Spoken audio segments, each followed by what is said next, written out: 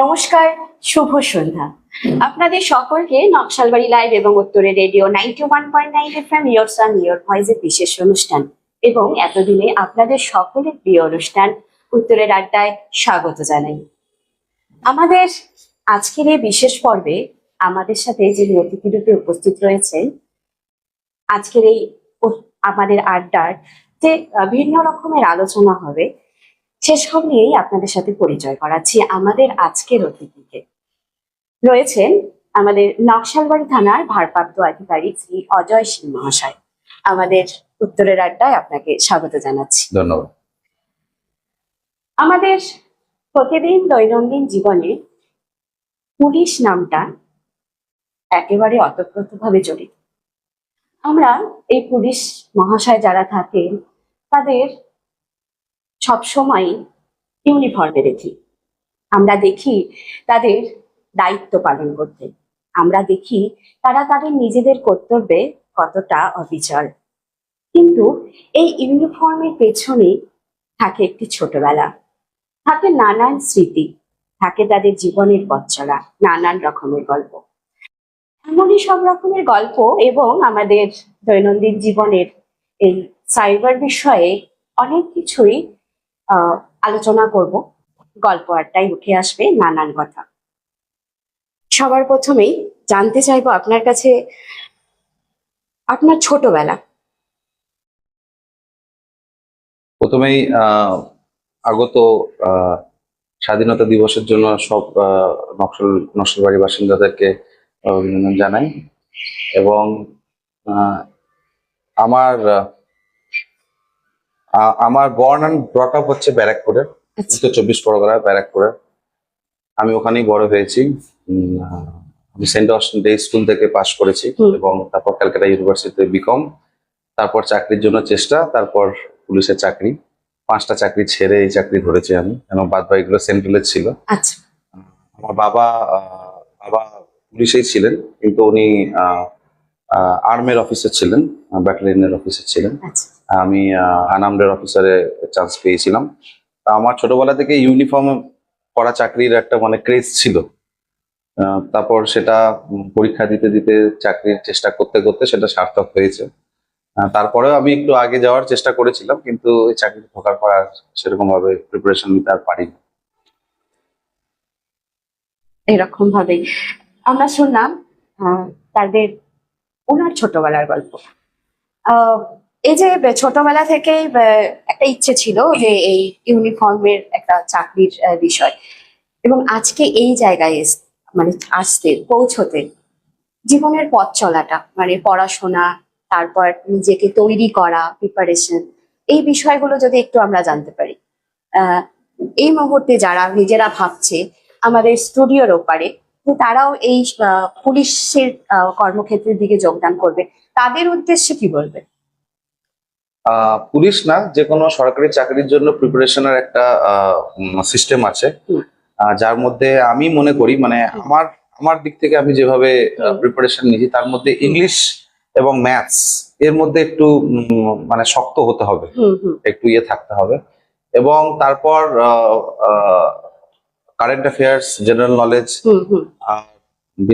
বিশেষ করে ক্লাস 10 পর্যন্ত যা যা আছে সেগুলো একটু কণ্ঠস্থ হতে হবে, প্রিপারেশন নিতে হবে। আর যেগুলো আমরা মাধ্যমিকে পড়েছি, সরকারি চাকরিতে গেলে পর সেটা দেখতে গিয়ে পড়তে হয়, ইতিহাস হোক, সেটা ভূগোল হোক। হ্যাঁ, আর অঙ্ক, ম্যাথস যেটা বললাম, সেটাই যদি কারোর গ্রিপ আগে থেকে ভালো থাকে তাহলে 50% চান্স, 50% ও এগিয়ে গেছে। যারা এটাকে অ্যাভয়েড করে যে ইংলিশটা পারবো না বা ম্যাথস হচ্ছে না, সেখানে একটু প্রবলেম হয়। তারপর হচ্ছে পুলিশে, বিশেষ করে পুলিশে একটা ফিজিক্যাল অ্যাবিলিটির একটা ব্যাপার আছে। এখন সাব ইন্সপেক্টর চাকরি পর্যন্ত, রিক্রুটমেন্ট পর্যন্ত খেলাধুলা আর হচ্ছে ফিজিক্যাল ইয়েটা দেখে নেয়, মাঠ হয় একটা, তারপরেই চান্সটা পায়, তারপর পরীক্ষাও আছে। এখন শুধুমাত্র পুলিশ লেখাপড়া বা এর জন্য না, ফিজিক্যাল ইয়েতেও নিজেদেরকে ঠিকঠাক করে এই ডিপার্টমেন্টে আসতে হবে। আর আমাদের চাকরি প্রচন্ড টাফ, 24 আওয়ার্স, 7 উইক, 30 দিন, 365 দিনই আমরা এঙ্গেজড। ঠিক আছে, ছুটি আছে, কিন্তু ছুটি আমাদেরও কখনো কখনো নিতে অসুবিধা হয়, কারণ আমরাও ভাবি যে যদি আমরা ছুটি চলে যাই তাহলে ওই জায়গাটা পূরণ কে করবে। একেবারে। আর অবশ্যই এই কথাটা কতটা যে সত্যি তা তো আমরা প্রত্যেকেই অনুভব করি। কারণ আহ, ওনাদের জন্যই আমরা হয়তো নিশ্চিন্তে থাকি যে আমাদের সহযোগিতার পেছনে আমাদেরকে সাহায্য করার জন্য তারা রয়েছে। আচ্ছা, এই আহ, আহ, পুলিশ লাইনে আসা হুম। পরিবার কি প্রথম থেকেই একদম সাথে ছিল? না, আমি আমি 2014-এ চাকরি পেয়েছি। হুম। আমার প্রথম পোস্টিং ছিল মালদা ডিস্ট্রিক্টে। হুম। আপনারা নাম শুনেছেন হয়তো, কালিয়াচক না, হ্যাঁ। তো সেখানেও আমি চাকরি করে এসেছি। আচ্ছা। তো মালদা থেকে ব্যারাকপুর অনেকটাই দূরে, হ্যাঁ। তো আমি ফ্যামিলি নিয়ে আসতে পারিনি। আমার ফ্যামিলি এখনো আমার সঙ্গে থাকে না, আমি একাই থাকি। সময় পেলে পরে, সুযোগ পেলে পরে আমি ছুটিতে যাই, নাহলে আমার ফ্যামিলি এখানে থাকে না, প্রথম থেকে আমি ফ্যামিলির সঙ্গে থাকি। আচ্ছা আচ্ছা। এই মানে এইভাবেই আস্তে আস্তে এখন নিজেদের এখন প্রথম প্রথম খুব কষ্ট হতো, বাড়ি যেতে পারতাম না, বন্ধু বান্ধবের হ্যাঁ। থেকে একটা ইয়ে। তারপর কাজের মধ্যে থাকতে থাকতে থাকতে থাকতে এখন কাজটাই মেন, লোককে সার্ভিস দেওয়াটাই মেন। কেন একেবারে। পুলিশের চাকরিটা এমনই একটা চাকরি যেখানে সব রকম মানে সাহায্য একটা যার দরকার হ্যাঁ। তাকে দেওয়া যেতে পারে। ঠিক আছে, একেবারে। কোথাও আমাদের আপনি বলুন রাস্তা খারাপ হয়ে গেছে, অসুবিধা হচ্ছে, সেটাও পুলিশ হুম। এগিয়ে করে দিচ্ছে। তারপর হচ্ছে ট্রাফিকের প্রবলেম হচ্ছে, হুম। বিডিও অফিসের কোনো হয়তো প্রবলেম হচ্ছে, হুম। সেগুলোও পুলিশ দেখে হ্যাঁ, দিচ্ছে। ঠিক একেবারে। আছে, তো এই সার্ভিসটা মানে আমরা এতটাই ভালোবেসে ফেলেছি চাকরিটাকে হ্যাঁ। যে মানে এখন ফ্যামিলি মানে যাব বা সময় কখন হয়ে উঠবে সেটাও একটা মানে প্রবলেমেটিক হয়ে যায়, মানে যেতে পারি না, তো এবার হট করে মানে হ্যাঁ। হঠাৎ করে যদি ছুটি পাই, হ্যাঁ। চলে গেলে পরে আবার এখানে মন লেগে থাকে হ্যাঁ। যে এখানে কি হচ্ছে না হচ্ছে। আর আমার এই ইলেকশনের আগে, এবারে ইলেকশনের আগে আমার নকশালবাড়িতে পোস্টিং, ইলেকশন কমিশন আমাকে নকশালবাড়ি থানায় পোস্টিং করে অ্যাজ এন ওসি। হ্যাঁ। মানে আমি 2015 থেকে 2026 এর ফার্স্ট অব্দি আমি মালদাতেই অনেকগুলো থানাতে চাকরি করেছি। একেবারে। আমরা সত্যি আপনার কথা শুনে বুঝতে পারছি যে নাগরিকদের প্রতি যে একটা দায়িত্ব কতটা, এবং সেটাকে সুসম্পন্ন করার যে একটা তাগিদ, তা আজকে সত্যি স্পষ্ট আমাদের কাছে। আচ্ছা, একটা বিষয় জানতে চাইছি যে এই এই জায়গায় আসার আগে একটা ছাত্র জীবন থাকে, একটা সময় থাকে, সেই সময় আমরা আমাদের সমাজকে একরকম ভাবে দেখি, আর আজকে এইখানে আপনি বর্তমানে যে এখানে আছেন সেখান থেকে সমাজকে একরকম দেখছেন।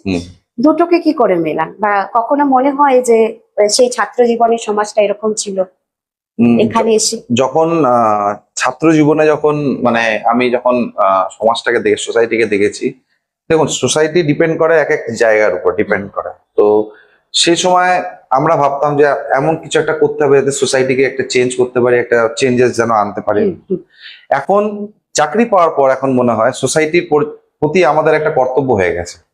ঠিক আছে, সোসাইটির প্রবলেম যা প্রবলেম আছে পুলিশের কাছে আসতে পারে, পুলিশ কিভাবে তার প্রবলেমটা সলভ করতে পারে সেখানে। আর সেই সময় ভাবতাম যে কিভাবে করা যায়, এখন আমরা এখন করতেই হবে এটা, এটাই তখন ভাবতাম, এখন করতে হবে, এটাই তখন।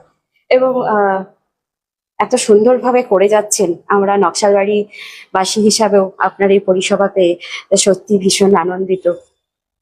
এরকম ভাবেই চলতে থাকুক আপনার এই কর্মজীবন। জীবনটা এই কর্মজীবনের ব্যস্ততা প্রচুর, আপনি মানে আমরা জানিও, এবং আপনি আমাদের এই মুহূর্তে বললেনও। কখনো নিজের জন্য অবসর সময়ের প্রয়োজন মনে হয় যে একটু নিজের জন্য প্রয়োজন দরকার? দেখুন অবসর সময় তো দরকারই আছে।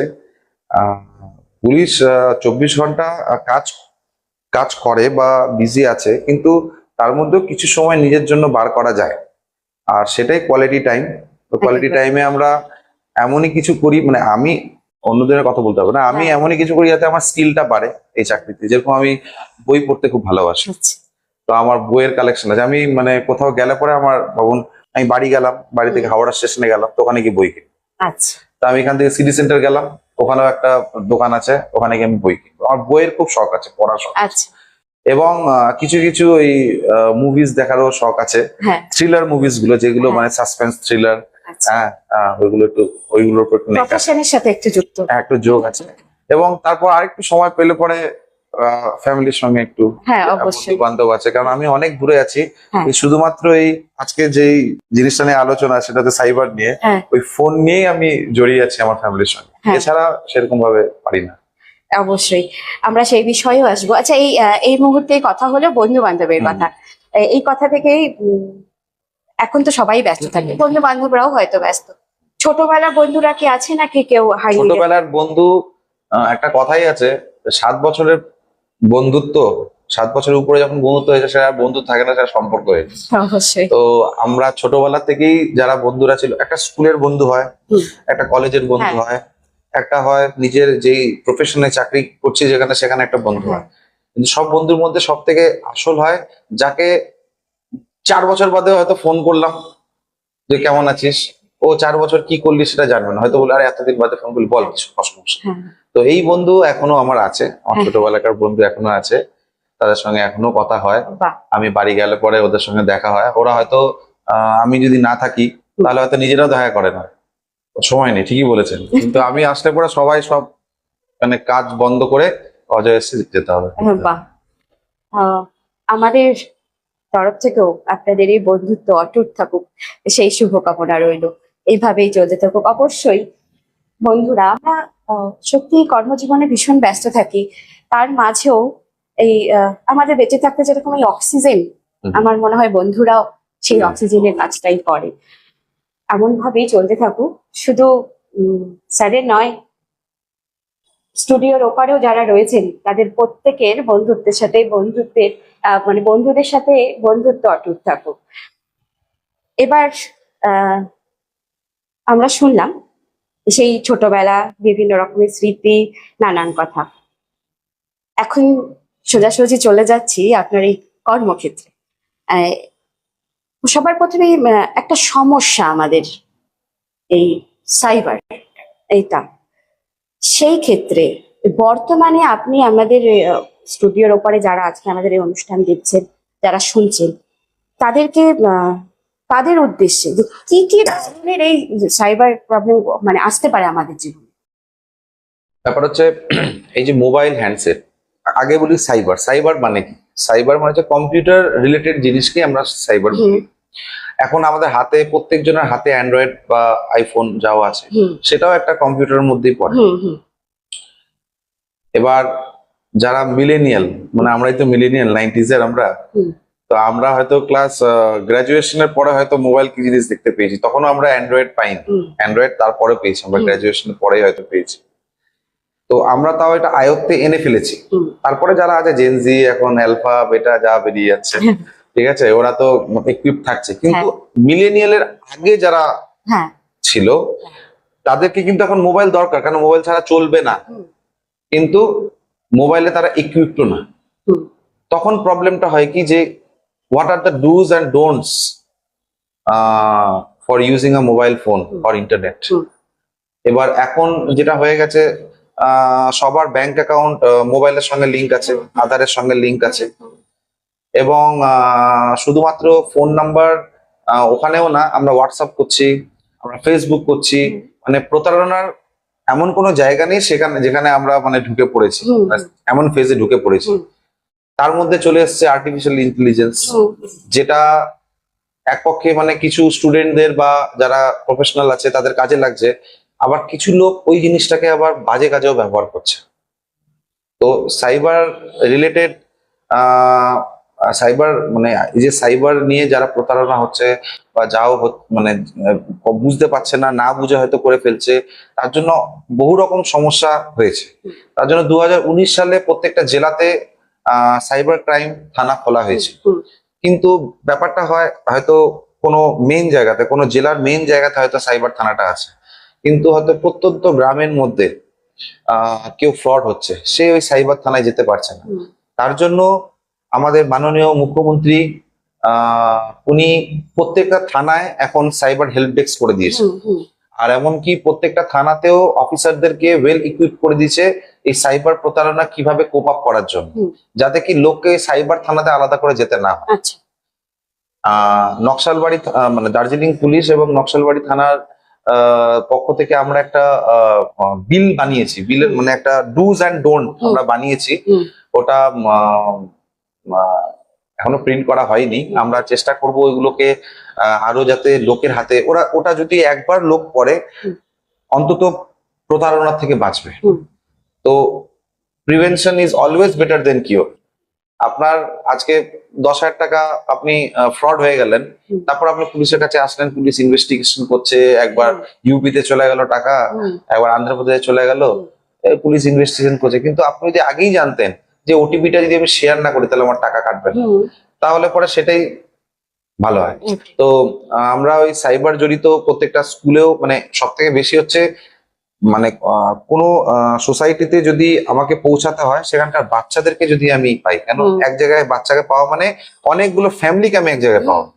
তো আমরা মানে আমাদের থানার পক্ষ থেকে আমরা স্কুলেও অ্যাওয়ারনেস করতে চাইছি, এবং গ্রামে গ্রামেও আমরা একটা পুলিশ অ্যাসিস্ট্যান্ট বুথ করতে চাইছি। আমাদের সুপ্রিনটেন্ডেন্ট অফ পুলিশ দার্জিলিং এর আদেশ অনুসারে আমরা প্রত্যেকটা গ্রামেও পুলিশ অ্যাসিস্ট্যান্ট বুথ করব, যাতে ওখানে গিয়ে অনেক সময় হয় কি মানে পুলিশের কাছে পাবলিক আসতে চায় না, পুলিশের কাছে যাব, অনেকজন পুলিশকে ভয় পায়। কারণ পুলিশের উৎপত্তি, ভারতের পুলিশের উৎপত্তি 1861 সালে, সেই সময় ভারত স্বাধীন হয়নি, তখন ইংরেজ পুলিশ ছিল, তাই তো। তো সেই ধাঁচ থেকে গেছে, মানুষ এখনো ভাবে পুলিশের কাছে গেলে পরে পুলিশ যদি কিছু বলে, কিন্তু পুলিশ এখন মানবিক দিকে চলে এসছে, ঠিক আছে। সোসাইটির পার্ট পুলিশ, অবশ্যই, ঠিক আছে, সোসাইটির একটা পার্ট পুলিশ, যেরকম ডাক্তার, যেরকম বিডিও, যেরকম ইঞ্জিনিয়ার, ঠিক আছে, যেরকম ইলেকট্রিশিয়ান, যেরকম যারা নোংরা পরিষ্কার করে, সেরকম আমরাও ক্রাইম পরিষ্কার করার জন্যই এই সমাজে আছি। এবং মানবিক দিক থেকে পুলিশের যতটুকু করণীয়, হ্যাঁ, পুলিশ করবে। এতে মানে মানুষের ভয় পাওয়ার কিছু নেই। আগে পুলিশের কাছে মানুষ আসতো, এখন মানুষ যাচ্ছে পুলিশের কাছে, কি আপনাদের কি সমস্যা আছে, কি আছে। তার মধ্যে আমরা এই সাইবার অ্যাওয়ারনেসটাও করে নিতে চাইছি, কারণ নকশালবাড়িতে বিশেষ করে চা বাগানেরই বেশিরভাগ লোকজন আছে, তাদের কাছেও মোবাইল হ্যান্ডসেট আছে, ওরা বুঝতে পারছে না। হ্যাঁ, অনেক রকমের প্রতারণার ফাঁদ অনেক রকম ভাবে পড়ে আছে। আমি মালদায় থাকতে, মানে আমি ভাগ্যবান, আমি মালদায় থাকতে আমি সাইবার ক্রাইম থানারও ওসি ছিলাম, তো সেহেতু আমার একটু মানে এই দিকের ইনভেস্টিগেশনের নেকটা আছে। আর মানুষ কিভাবে প্রতারণা হচ্ছে বা কিভাবে মোডাস অপারেন্ডি ইউজ করছে প্রতারকরা, সেটা আমার জানা আছে। তাই আমি যতটা পারছি, আমি চাইছি নকশালবাড়িবাসীকে সেভাবে আমি অ্যাওয়ারনেস দিয়ে দিতে পারি, যাতে অন্তত এখানকার লোক যেন ওরকম ফ্রডে না হয়। কেন এখানকার বেশিরভাগই লোক রোজকার কাজ করছে, রোজকার ইয়ে করছে, পয়সা জমাচ্ছে, তার যদি একটা মানে সিংহভাগ যদি এরকম ফ্রড হয়ে যায় তাহলে কি হবে সমস্যা। তার জন্য আমরা প্রিভেনশনের জন্য প্রথম যাব, এবং সাইবার হেল্প ডেস্কে কমপ্লেন আসছে, আমরা ইনভেস্টিগেশন করছি, কিছু কিছু লোকের টাকা আমরা ফেরত করাতে পেরেছি, ঠিক আছে। বাদ বাকি কিছু চেষ্টায়ও আছি, আমরা চেষ্টাও করব যাতে লোকদের হেল্প করতে পারি। কিন্তু এই যে প্রথমেই বললাম, prevention is better then cure. আমি আপনাদের চ্যানেলের মাধ্যমে ওই যেটা আমরা অ্যাওয়ারনেস এর স্লিপটা বানিয়েছি, ওটা আপনাদেরকেও দিয়ে দেবো, যাতে আপনারাও, আপনাদের যারা সাবস্ক্রাইবার আছেন, আপনার ভিউয়ার বা অডিয়েন্স যারা আছে, তারাও যেন ওটা একটা গ্লান্স দেখতে পায়। অ্যাটলিস্ট আমরা না, আমাদের মা বাবা যদি একবার দেখে নেয়, হ্যাঁ, যেরকম আমারই মা একদিন আমাকে বলছে, আরে দেখতো আমাকে এরকম লটারি পাঠিয়েছে 1 কোটি টাকা, এটা কি করবো, তাহলে আমাকে ডিলিট করো। বলছে আমার নাম লেখা আছে, আমি যাই ডিলিট করো। তো মারা এখনো মানে তাদের বলে দিলাম যে একটা জেনারেশন গ্যাপ, অবশ্যই, ঠিক আছে, এর জন্য প্রতারণার শিকার হয়। যেহেতু আমি এটা অ্যাওয়্যার ছিলাম বলে আমি মাকে বলতে পেরেছি সময়।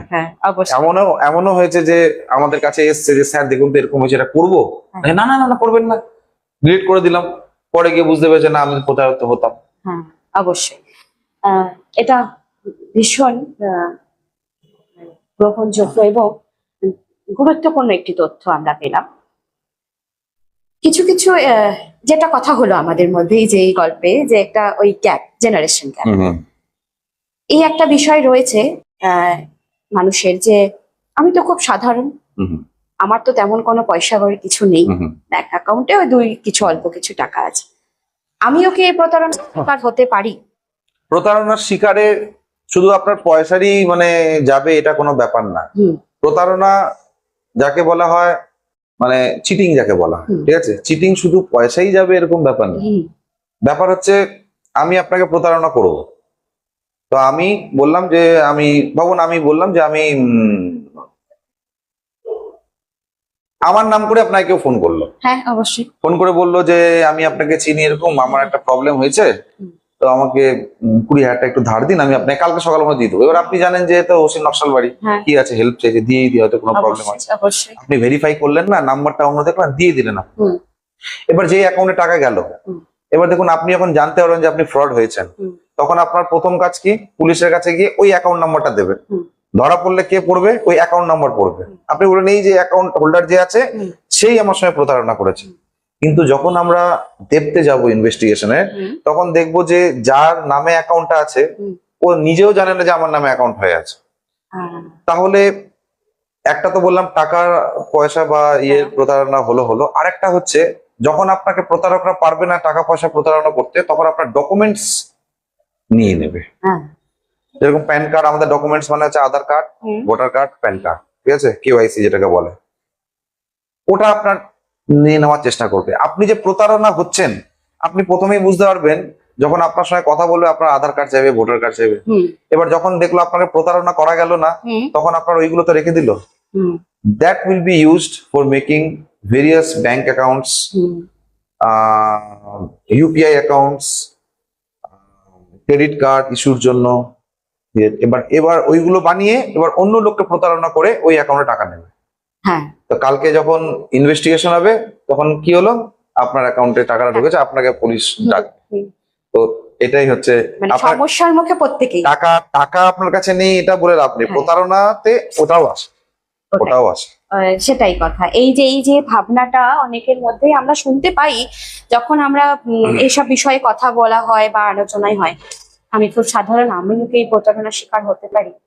আমরা কিন্তু এই বিষয়টা ভীষণভাবে আজকে পরিষ্কারভাবে আমরা জানতে পারলাম যে আমরা যে কেউ এই প্রতারণার শিকার হতে পারি।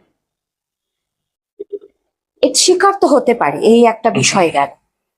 আমরা এখন অনেক অ্যাওয়ারনেস হচ্ছে যে ওটিপি চাইলে কেউ যাতে না দেয় বা কিছু। আপনি আমাদের স্টুডিওর ওপারে যারা রয়েছেন তাদের উদ্দেশ্যে একটু বিস্তারিত যদি একটু বলেন যে কি কি ক্ষেত্রে বা কোন কোন বিষয়ে একটু সাবধানতা অবলম্বন করবে। সাইবার রিলেটেড যে জিনিসটা আছে এটা দুভাগে ভাগ করা যায়।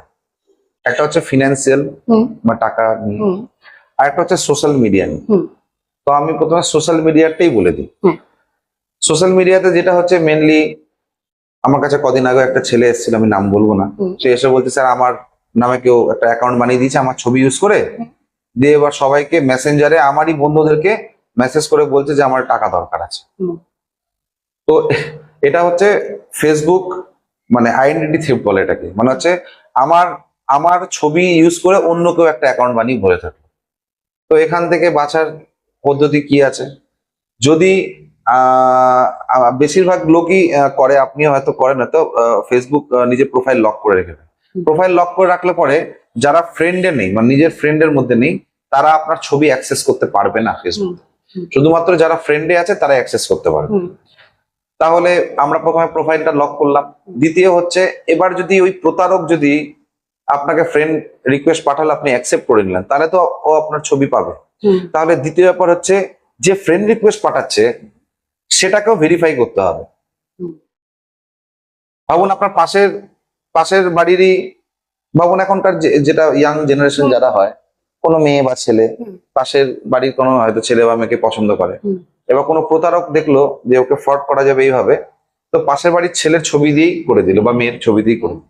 ও আর ভেরিফাই না করে অ্যাকসেপ্ট করে দিল। হ্যাঁ এই যে অ্যাকসেপ্ট করলো, ওই মেয়ে বা ছেলের যত ছবি তখন প্রতারক নেবে, নিয়ে তারপর ওগুলোকে মরফিং করবে। মরফিং মানে মরফিং বুঝতে পারছেন তো, মানে হচ্ছে হয়তো মুখটা হয়তো হ্যাঁ। ইয়ে থাকবে, নিচের হ্যাঁ। দিকটা হয়তো ইয়ে থাকবে, বা এআই হ্যাঁ, করে হ্যাঁ, অশ্লীল কোনো ছবি বানিয়ে ওকেই তারপর হ্যাঁ, হ্যাঁ। ব্ল্যাকমেল করতে শুরু করবে। হ্যাঁ। তাহলে আমরা যখনই ফ্রেন্ড রিকোয়েস্ট পাবো কারোর, আমি ভেরিফাই করে নেবো একবার। হুম। যদি আমি চিনি তাহলেই ভেরিফাই করে আমি অ্যাকসেপ্ট করবো। হ্যাঁ।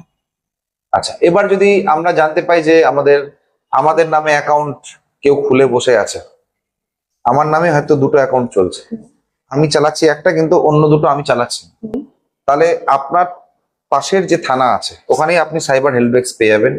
আপনি চলে যাবেন, ওই অ্যাকাউন্ট গুলো দেখিয়ে দেবেন, ওনারা সঙ্গে সঙ্গে অ্যাকাউন্ট বন্ধ করবেন। আর আপনার মানে খুঁজতেও থাকতে হয় মাঝে মধ্যে নিজের নামে অ্যাকাউন্ট হচ্ছে কেউ হচ্ছে। আচ্ছা। আচ্ছা, এটা হলো ফেসবুক বা ইনস্টাগ্রামের হয়ে গেল। তারপর হচ্ছে হোয়াটসঅ্যাপ।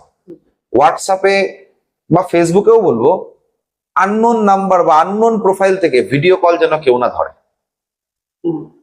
এরকমও হয়েছে, ভিডিও কল এসছে, ভিডিও কল ধরেছে, হুম। এবার বুঝতে পারিনি, এবার নিজের মুখের ভিডিও এসছে, আর ওপারে হয়তো কোনো একটা অশ্লীল কোনো একটা ভিডিও চলছে, দিয়ে স্ক্রিন রেকর্ডিং করে তারপর আপনাকে পাঠাবে, এত টাকা দাও নাহলে এটা তোমার পুরো ফেসবুকে ছেড়ে দাও। হুম। এটা একটা ব্ল্যাকমেল, অনলাইন ব্ল্যাকমেল। তারপর আপনার যেরকম আছে যে হোয়াটসঅ্যাপে কল করে বলে যে আমি সিবিআই থেকে বলছি, হুম। আপনার ছেলেকে এরকম অ্যারেস্ট করা হয়েছে, হুম। মানে যাকে ডিজিটাল অ্যারেস্ট বলে। হুম। তো এরকম সেরকম যদি হয়, পাশের যে কোনো থানাতে সাইবার হেল্প ডেস্ক আছে, গিয়ে নিজেকে বোঝার তো দরকার, হয়তো বুঝতে নাও পারে, হয়তো ভয় পেতেও পারে, হ্যাঁ। বা টাকা দিয়েও দিতে পারে। হ্যাঁ। তো আমি বলবো টাকা টাকা না দিয়ে অন্তত থানা, কারণ এখন যেহেতু সব থানা হয়ে গেছে, থানাতেই হয়ে গেছে, হুম। আপনাকে বেশি দূর যেতে হবে না। হুম। প্রত্যেকটা থানা হাইয়েস্ট দূরত্ব যদি কোনো গ্রামের থাকে, বেশি হলে পরে 5 থেকে 6 কিলোমিটার। হুম। হুম। নিজে থানাতে গিয়ে ওটা দেখিয়ে দিলে পরে থানার যে বড়বাবু আছেন বা আইসি সাহেব আছেন বা যিনি নোডাল অফিসার আছেন সাইবারের, হুম। ওরা হেল্প করে বলে দেবে, এতে কোনো অসুবিধা হবে না। তারপর হচ্ছে হোয়াটসঅ্যাপে অনেক রকম আননোন নাম্বার দিয়ে লিংক আসে, হুম। যে যদি আপনি এত টাকা জিততে চান তাহলে এই লিংকে ক্লিক করুন। হুম। আপনি লিংকে ক্লিক করুন, দেখবেন আপনার হোয়াটসঅ্যাপ আপনি চালাতেই পারছেন না, আপনার হোয়াটসঅ্যাপের অ্যাক্সেস অন্য কেউ পেয়ে গেছে। হুম। এবার আপনার ওই হোয়াটসঅ্যাপ দিয়ে অন্য কেউ অন্য কাউকে মেসেজ করছে। এটা অনেক কাজে ইউজ হতে পারে, টেরোরিজমে হতে পারে, হুম। ঠিক আছে, টেরোরিজমে হতে পারে। ধরা পড়লে কে ধরা পড়বে? আপনি ধরা হ্যাঁ, পড়বেন, যেহেতু আপনার অ্যাকাউন্টে হয়েছে। হ্যাঁ, একেবারে। বা প্রতারক যারা হয়তো বলছে আরে আমার তো এটা তো আমারই নাম্বার, হোয়াটসঅ্যাপ হয়তো কাউকে বলছে, হুম। কিছু হলে তুমি আমার নামে কেস করবে, হুম। দাও টাকা। হুম। এবার টাকা দিল, বন্ধ করে দিল, এবার ধরা পড়লো কে? আর একটা হচ্ছে ওই যে যেটা বললাম হুম। লটারি স্ক্যাম একটা তো আছে। লটারি যদি হয় এরকম গিয়ে, এটা প্রায়ই সমস্যা হয়, মুখোমুখি হচ্ছে। লটারি হবে, যখনই হবে বলবে এত রেজিস্ট্রেশন ফিস লাগবে, আধার কার্ড লাগবে, ভোটার কার্ড লাগবে, হুম। প্যান কার্ড লাগবে। তা আপনি টাকা দিলেন, একটা সময় গিয়ে আপনি বুঝলেন যে না, আমি তো প্রতারণা হচ্ছে, তখন বলে এটা আমার টাকা ফেরত দাও। হুম। তখন বলে তুই টাকা আমাকে আরো দে, নাহলে তোর অ্যাকাউন্টের যত কাগজ আছে আমার কাছে থেকে গেছে। এটাই, এবার ওইটা দিয়ে পরে আবার অন্য কাউকে অ্যাকাউন্ট বানিয়ে প্রতারণা। একেবারে। তো এটা হয়ে গেল সোশ্যাল মিডিয়ার পোর্শন। এটা হচ্ছে ফিনান্সিয়াল ফ্রড। ফিনান্সিয়াল ফ্রডটা একটু ওয়াইড আছে। ওখানে যেটা মেন হচ্ছে আমাদের কিছু কিছু জিনিস আছে যেগুলো সবাইকে শেয়ার আমরা করব না। প্রথম কথা হচ্ছে আমাদের ফিঙ্গারপ্রিন্ট, কেননা এখন আমাদের কেওয়াইসি ফিঙ্গারপ্রিন্টের সঙ্গে লিংক হয়ে গেছে। হুম। আপনার কেওয়াইসির সঙ্গে আপনার ব্যাংক অ্যাকাউন্ট লিংক আছে, হুম। কারেন্ট অ্যাকাউন্ট হোক বা ফিক্সড অ্যাকাউন্ট হোক, সবকিছুই কিন্তু আপনার আঙুলের সঙ্গে লিংক। এমনও আছে সিএসসি তে কিছু সিএসপি ব্যাংক অ্যাকাউন্ট হয়, হুম। ওখানে আপনি ওই আঙুলের ছাপ আর আধার নাম্বার দিলে পরে আপনার কিন্তু হুম। অ্যাকাউন্ট থেকে টাকা বেরোবে। হুম। তো অনেক সময় হয় কি, যারা মানে বদমাশি করছে, দুবার আপনার আঙুলের ছাপ নিয়ে নিল। তো আঙুলের ছাপের যেটা ইয়ে আছে, ওই হিসাবে রাবারের ফিঙ্গারপ্রিন্টও বানিয়ে নেওয়া যায়। আচ্ছা। মানে যেরকম রাবারের স্ট্যাম্প হয় না, যেরকম অফিসার ইনচার্জ, হুম। হুম। হুম। তা আপনার আঙুলের ছাপ যদি আপনার আমার কাছে থাকে, যারা প্রতারক ওটা দিয়েও একটা রাবার স্ট্যাম্প তৈরি করতে পারে। হুম। আপনার আধার কার্ড নাম্বার লিখে রাখলো, যার কাছে করছেন সে করবে না, অন্যজন। সে ওটা শেয়ার করে দেবে অন্য কাউকে। হুম। এবার সে আপনার অ্যাকাউন্ট থেকে টাকা অনায়াসে বার করে। তো আঙুলের ছাপ যেখানে দেওয়া হচ্ছে সেটা অবশ্যই দেখতে হবে বায়োমেট্রিক আমি কোথায় দিচ্ছি। হুম। আর একবারই যেন দেয়, একবারই যেন হয়, দুবার তিনবার যেন না হয়। আচ্ছা। এটা একটা। দ্বিতীয় হচ্ছে আপনার সিম কার্ড নিতে গিয়ে অনেক সময় দুবার তিনবার বোঝে, হলো না আরেকবার। হ্যাঁ, হ্যাঁ।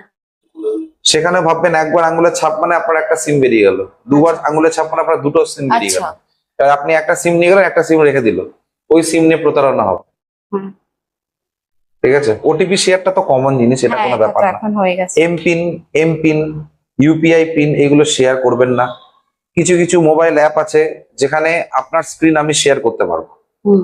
মানে আপনি যদি অ্যাপটা ডাউনলোড করেন, হুম। আপনার কাছ থেকে 6 অক্ষরের একটা পাসওয়ার্ড আছে, ওটা চেয়ে নেবো আমি। হুম। চাইলে পরে আপনার স্ক্রিন, আপনার ফোন আমি অ্যাক্সেস করতে পারবো।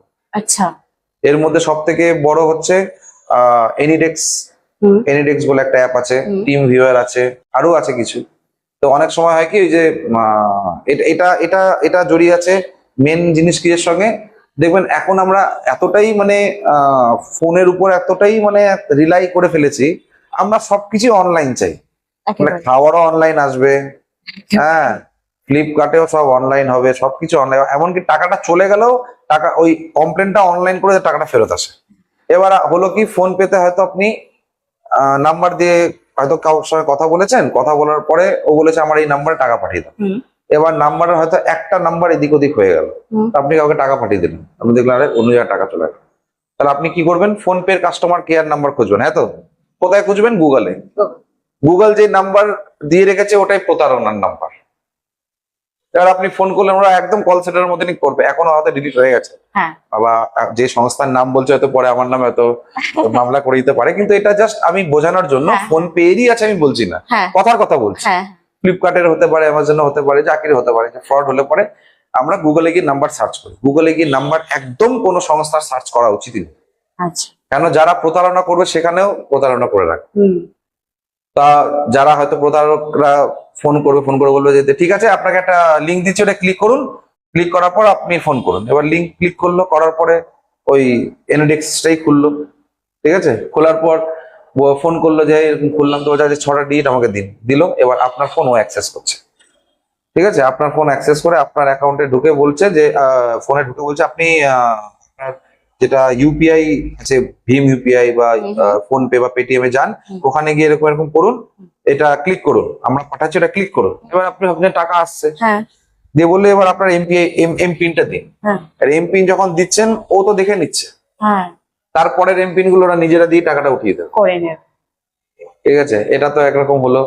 তারপর হচ্ছে মেন বেসিক যেটা হয়, নকশালবাড়িতে আমি এখন এসব পাইনি সেরকম, কিন্তু আমি নকশালবাড়ির বাসিন্দা যারা আছেন, যারা অডিয়েন্স আছে, আমি বলবো আপনারা যদি এটিএম এ কোনোদিনও যান, এটিএম এ গিয়ে অনেক সময় হয়তো আমরা অনেকজন আছে, বয়স্ক মহিলা আছে বা লোক আছে যারা এটিএম কার্ড নিয়ে চলে আছে কিন্তু চালাতে পারে না। তা আমি বলবো যে আপনারা অ্যাটলিস্ট যারা এটিএম কার্ড ইউজ করতে পারেন না টাকা উইথড্রল করার জন্য, বাড়ির কোনো লোককে নিয়ে যাবেন, কিন্তু না কাজ জানতে পেরে বা না বুঝতে পেরে পেছনের লোক বা পাশে কেউ দাঁড়িয়েছে তাদের কাছ থেকে সাহায্য নেবেন। আমি মালদা থাকতে এরকম একটা টিম ধরেছিলাম যারা এটিএম কার্ড নিয়ে ঘুরে বেড়াতো। ওদের কাজ ছিল বয়স্ক লোক যখন থাকবে এটিএম এ ঢুকবে, ওরা পেছনে পেছনে ঢুকবে। এবার এটিএম বয়স্ক লোক হয়তো পারছে না, পেছনের লোকটা যে প্রতারক সে হয়তো বলছে যে এই তাড়াতাড়ি করুন, তাড়াতাড়ি করুন, তাড়াতাড়ি করুন, আমার দেরি হচ্ছে। তো ও বেচারা কেবলিয়ে গিয়ে বলছে একটু ভাই একটু হেল্প করে দাও না। ও কিন্তু কার্ড দেখে নিয়েছে কোন ব্যাংকের কার্ড আছে, ও কার্ডটা নিয়ে ওর কাছে যে ব্যাংকের ওই কার্ড আছে ওটা রিপ্লেস করে বললো, ঢোকালো, দিব যে ইউপিআই পিন দিন। তো ও তো জানে না ভদ্রলোক, ও ইউপিআই পিন এরকম এরকম করে দিয়ে দিল, ইউপিআই পিনটাও জেনে গেল। তো 4-5 বার হয়তো করালো, যখন বললো বলছে আপনি আপনার ব্যাংকে যান, ব্যাংকে গিয়ে আছে। তো দেখুন ওনার কার্ডটাও আমার কাছে ওই প্রতারকের কাছে থেকে গেল, ইউপিআই পিনটাও জেনে গেল। ও করবে কি, কোনো দোকানে গিয়ে কিছু কিনে নেবে এটিএম। তা আমি বলবো যে যদি কেউ এটিএম ইউজ করতে না পারে, অ্যাটলিস্ট কেন বাড়ির লোককে নিয়ে যাক, ঠিক আছে, দাদু দিদিমা যদি না পারে নাতি নাতনিকে নিয়ে যাক, ওরা হেল্প করে দেবে, ঠিক আছে। হয়তো ছেলেমেয়েরা সময় দিতে পারছে না, চাকরি করছে, তো নাতি নাতনিদের নিয়ে যাক, ওরাও ফাস্ট ফরওয়ার্ড আছে, ওরা হেল্প করে দেয়, কিন্তু অচেনা লোকের কাছ থেকে যেন কেউ হেল্প না নেয়। আর আগে এগুলো ছিল লোন পাইয়ে দেওয়ার জন্য অনেক ফোন আসতো যে 10 লাখ টাকার লোন করিয়ে দেবো, তো এর জন্য এই করতে করতে 10 লাখ টাকার জায়গায় বেচারা 50 লাখ টাকা খরচা করে দিয়েছে, কিন্তু 10 লাখ টাকার লোন আর হলো না। হ্যাঁ, তো এইটার থেকেও থাকতে হবে। এবং আমি বলবো মেনলি যেটা আমি সবাইকে অ্যাওয়ারনেস দেবো সেটা হচ্ছে অচেনা লোকের সঙ্গে, যাকে আমি চিনি না জানি না, তার সঙ্গে আমি ব্যবসায় জড়াবো না, ঠিক আছে। তারপর অত ভরসা করার দরকার নেই। আমি ফিজিক্যালি যাব, ফিজিক্যালি বুঝবো, জানবো, দেখবো, তারপর তার সঙ্গে আমি টাকা পয়সা দেওয়া। বিশেষ করে যারা ব্যবসা করে, কেকের দোকানদারকে ফোন করে বললো যে এরকম আমি 4টে কেক নেবো, আমার এরকম অর্ডার আছে, তো আপনি একটা কাজ করুন, আপনার অ্যাকাউন্টে আমাকে 1 টাকা পাঠান, তাহলে আপনি আপনার অ্যাকাউন্টে টাকা পাঠাবো, এরকম বলে। যে ওরা তো বোঝে না, দিয়ে দেয়। তারপর কিউআর কোড পাঠায়, দিয়ে বলে এই অ্যাকাউন্টের মধ্যে আপনি স্ক্যান করুন আর ইউপিআই পিনটা দিন, তাহলে আমার টাকাটা চলে যাবে। কিন্তু একটা জিনিস মাথায় রাখতে হবে, কিউআর কোড স্ক্যান করা মানে আমি টাকা দিচ্ছি, কিউআর কোড স্ক্যান করা মানে আমার কাছে টাকা কোনোদিনও আসবে না। টাকা যদি আপনাকে আমার পাঠাতে হয়, আপনাকে কিছু করতে হবে না, আপনার টাকা এমনিই চলে আসবে। কিন্তু আমাকে পাঠাতে হলে আমাকে কিউআর কোড স্ক্যান করতে, তো এটা অনেক সময় মানুষ বুঝতে পারে না। আর কিছু গ্যাং তো আছে যারা মানে মানুষের কোন কোন সমস্যার মধ্যে পড়েছে জানতে পারলে পরে ওদেরকে ভুলভাল বুঝিয়ে ফ্রড গুলো করায়। সমস্যা অনেকগুলো রয়েছে আমাদের, আমরা আজকে জানি দিন দিন বাড়ছে, দিন দিন প্রতারকদের মোডাস অপারেন্ডিও মানে চেঞ্জ হচ্ছে, চেঞ্জ করছে তারা চেঞ্জ করছে। বিভিন্ন রকম মানে একেবারে। আগে তো জানতো, এখন দেখুন ওটিপি কেউ দেয় না, হ্যাঁ, ওটিপিটা এখন ইউপিআই পিনও দেয় না, এমপিনও দেয় না, তাও প্রতারণা করছে। করছে। চেঞ্জ হচ্ছে আস্তে আস্তে। মাঝখানে বেরিয়েছিল যে কেওয়াইসির সঙ্গে লিংক করতে হবে বলে ফোন করে দিত, হ্যাঁ হ্যাঁ এটা আপনার হয়েছে। লিংক করা নেই, আপনি এই নাম্বারে ফোন করুন, হ্যাঁ। মেসেজ পাঠিয়ে দিত। হুম। ফোন করলেন, ফোন করে আপনাকে ফ্রড করে দেবে, এমন ভাবে বললে ফ্রড করে দেবে। আচ্ছা, আর একটা আছে, সেটা হচ্ছে ক্রেডিট কার্ডের। ক্রেডিট কার্ডের একটা আছে, ক্রেডিট কার্ড আপনারা নিলেন, হুম। নেওয়ার পর আপনাদেরকে হয়তো সংস্থাই বললো যে আপনার কাছে একটা ফোন যাবে ভেরিফিকেশনের জন্য, হুম। কিন্তু ফোনটা গেল প্রতারক। ও আচ্ছা। ফোন করে বললো আপনার কার্ডের নাম্বার দিন, আপনি দিয়ে দিলেন। হুম। কার্ডের পিছনে যে 3টে সিভিভি নাম্বার বলে ওটা দিয়ে দিলেন, হুম। আর যারা ডিটেল দিয়ে দিলেন।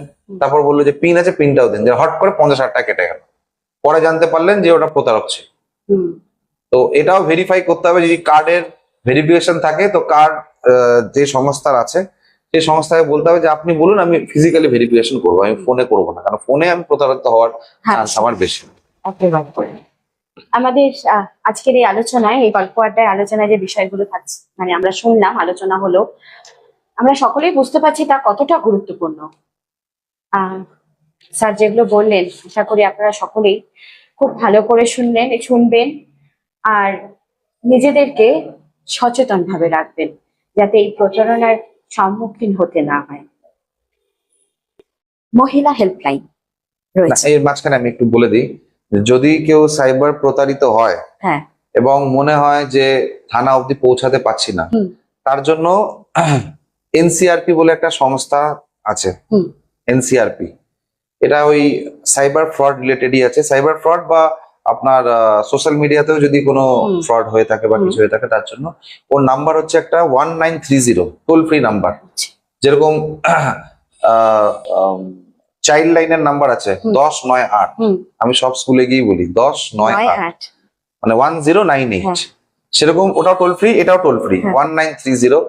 এই নাম্বারে ফোন করলে পরে যদি প্রতারণা কেউ হয়ে থাকে, হ্যাঁ। সে ওখানে যদি কমপ্লেন করে সেটা রুজু হবে এবং ওর যেটা থানা পড়বে সেই থানাতে সেটা চলে আসবে। আচ্ছা। দিয়ে সেই আর এই এনসিআরপির সব থেকে মেন, মানে এটা যখন থেকে চালু, তার আগে যখন ইনভেস্টিগেশন আমরা করতাম, ফিনান্সিয়াল ইনভেস্টিগেশন, যে লোক হয়তো আর যারা প্রতারণা করে তারা ঠিক করবে শনিবারের বিকেল বেলার দিন। কেন? যাতে কি ও রবিবার গিয়ে ব্যাংকে বলতে না পারে আমার অ্যাকাউন্ট বন্ধ করতে, বা রবিবার গিয়ে ব্যাংকের মানে মেন আমাকে যদি এখন ইনভেস্টিগেশন করতে হয়, আমি বলবো ভাই তুমি ট্রানজাকশন নিয়ে আসো, স্টেটমেন্ট নিয়ে আসো। তা শনিবার বিকেলে হলে পরে রবিবার স্টেটমেন্টও আনতে পারবে না, আর সোমবার যেতে যেতে 48 ঘন্টা হয়ে গেল, ওই টাকা কোথায় চলে গেল খুঁজে পাওয়া যাবে না, কত হাত চলে যাবে, কত লেয়ারে চলে যাবে। কিন্তু এখন এই এনসিআরপি হওয়ার জন্য 1930 তো আছে, আর একটা আছে ওয়েবসাইট cybercrime.gov.in, দুটোই একই, মানে 1930 তেও যেটা হবে এখান থেকেও সেই একই জায়গায় যাবে। এখানে গেলে পরে হচ্ছে সেই সময় পর্যন্ত টাকাটা যত অ্যাকাউন্টে গেছে সেখানে গিয়ে টাকাটাকে ব্যাংক আটকে দেবে, হোল্ড করে দেবে। কেননা আমরা এমনও দেখেছি কারো 60,000 ফ্রড হয়েছে, 50,000 হোল্ড হয়ে বসে আছে। আচ্ছা। তারপর ইনভেস্টিগেশনে আমরা ওই টাকা ফেরত করার ব্যবস্থা করতে পারি। তো মেনলি হচ্ছে আমার টাকা প্রতারণা হলে আমি টাকাটা এত ফেরত পাই। ইনভেস্টিগেশন চলছে, সেটা পুলিশ করছে, পুলিশের কাজ করছে, কিন্তু পাবলিক তো বুঝবে পুলিশ কিছু করলো না।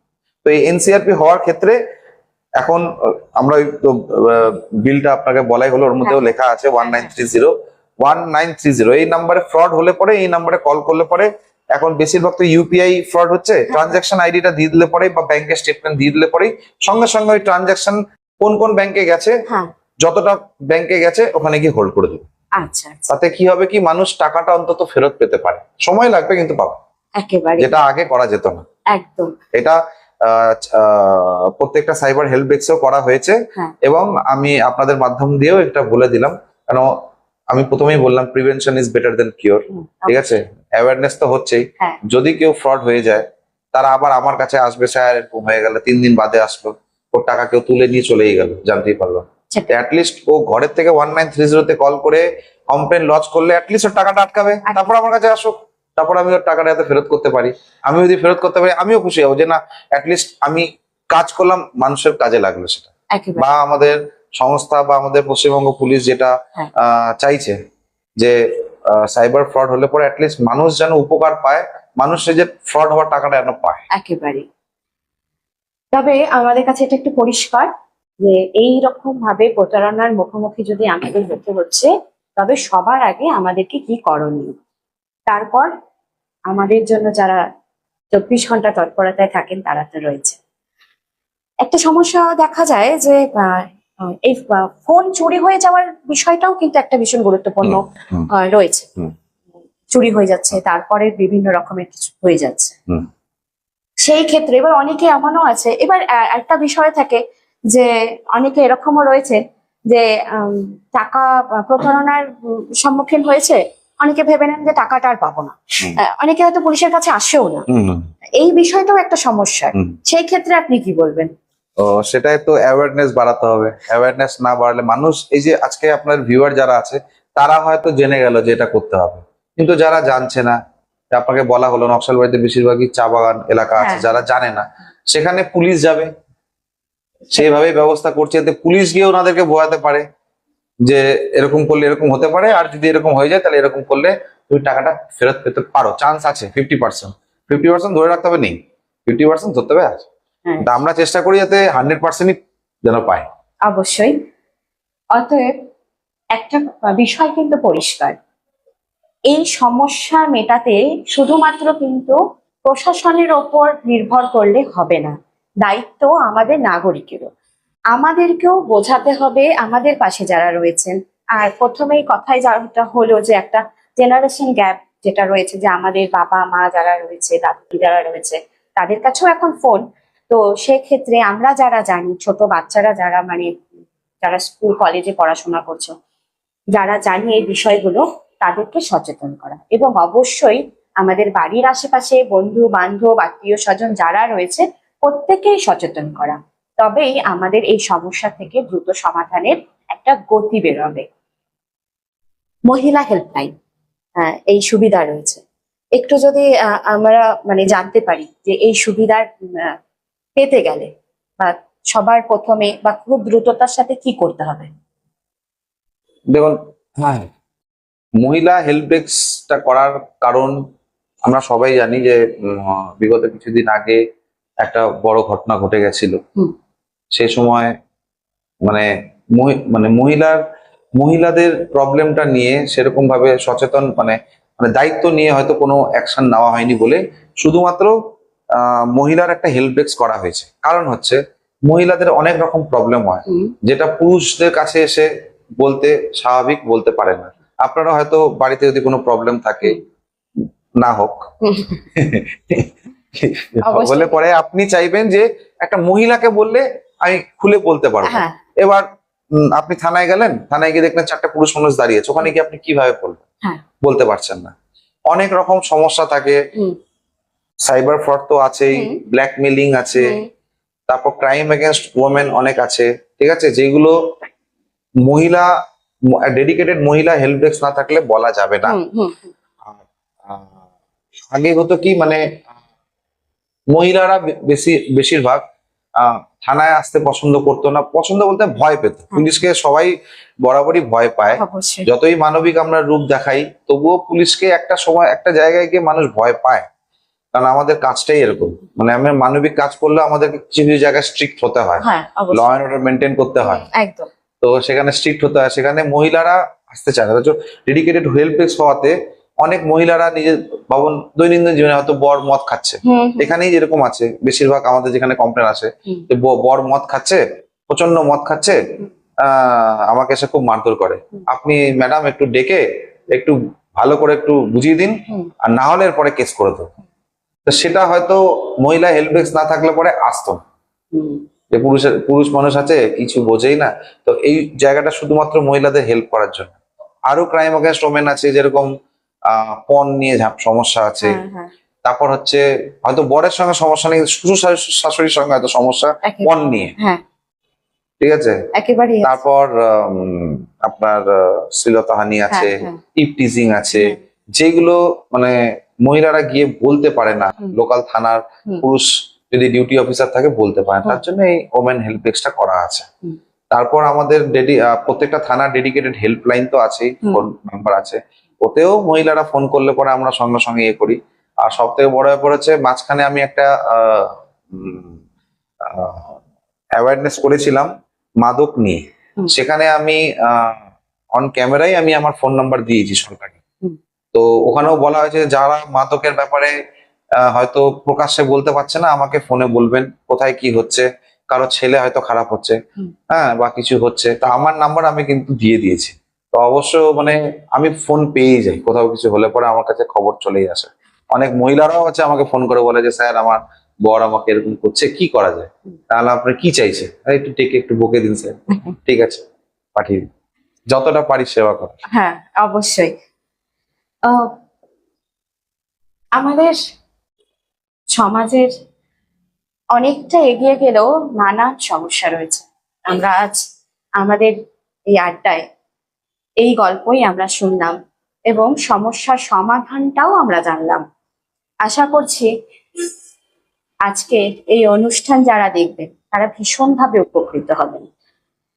আর যে সমস্যাগুলো হচ্ছে, অবশ্যই অবশ্যই বারবার করে চাইবো যাতে এই সমস্যার সম্মুখীন কাউকে না হতে হয়। আরো আরেকবার এই প্রশাসনের সাথে সাথে আমাদের নাগরিকদেরও সচেতন হতে হবে, সহযোগিতা দুদিক থেকেই আসতে হবে। আশা করি আগামীতে সুন্দর হোক সবটাই। আপনাকে অসংখ্য ধন্যবাদ। অনেক তথ্য আজ আমরা পেলাম, আপনার নানান গল্প শুনলাম এবং আপনার আগামীর জন্য অফুরন্ত শুভেচ্ছা থাকছে। এবং আপনার এই হাত ধরে আপনার এই দায়িত্বশীলতার বিষয় নিয়ে আপনি অনেকটা দূর এগিয়ে যান।